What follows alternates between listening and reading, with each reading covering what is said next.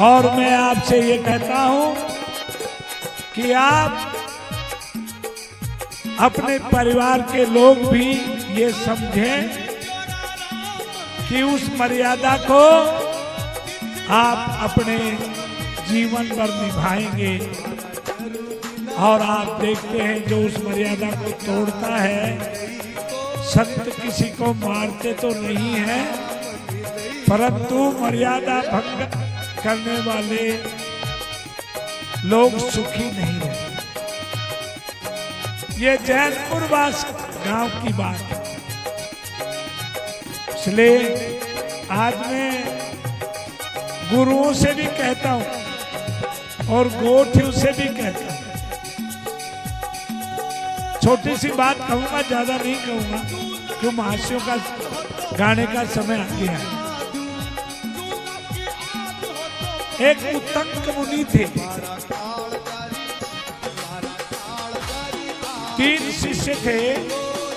एक ऋषि के, बहुत पुरानी बात है, 35 साल पहले मैंने ये आख्यान पढ़ा था। 35 साल, हाँ 35 साल। उत्तंक, उत्पल और इस प्रकार से 3 शिष्य। ये उत्तंक की कहानी है। उत्तंक को उसके गुरुजी ने 4 वेदों की शिक्षा दे दी। तो उसने कहा, गुरुदेव गुरु दीक्षिणा लो। बोले तेरी सेवा से मैं बहुत प्रसन्न हूं।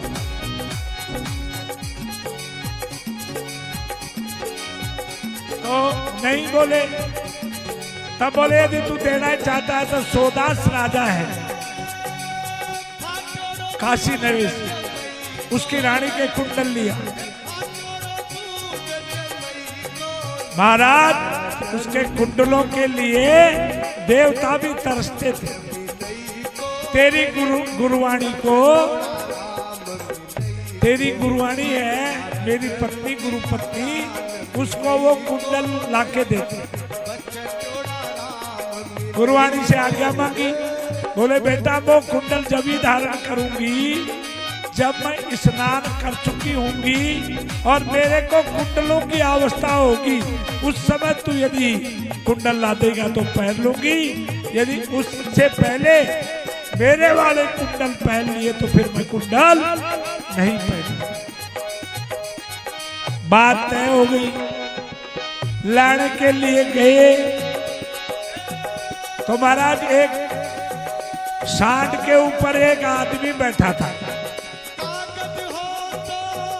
तो उससे पूछा कि भाई ये रास्ता किधर जाएगा, मैं ऐसे कुंडल लेने के लिए जा रहा हूं। बोले तू मेरे सांड का गोबर खा और इसका दूध पी। जब तेरे को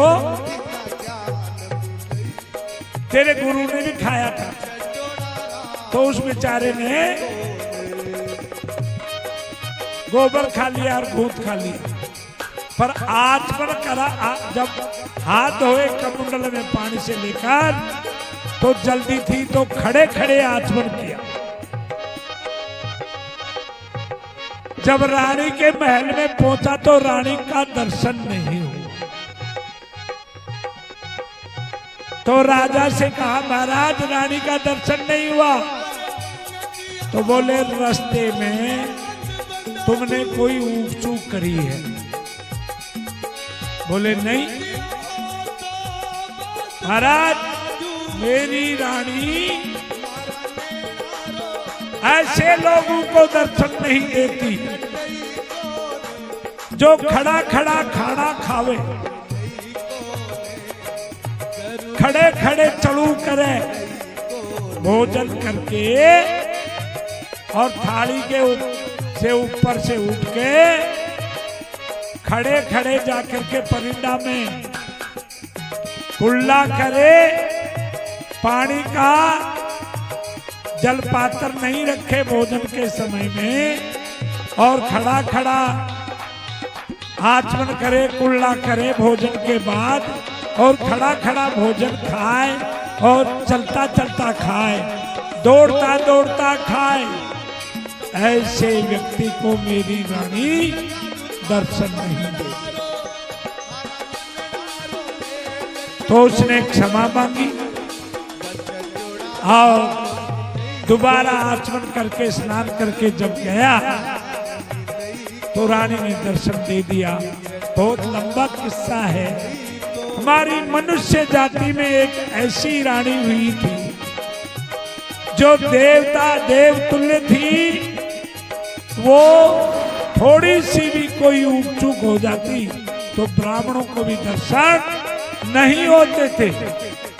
इसलिए मैं आपसे निवेदन करता हूं भाई, शादी ब्याह में तो जूती पैरा पैरा रोटी खावा को विधान बना लिया आपने।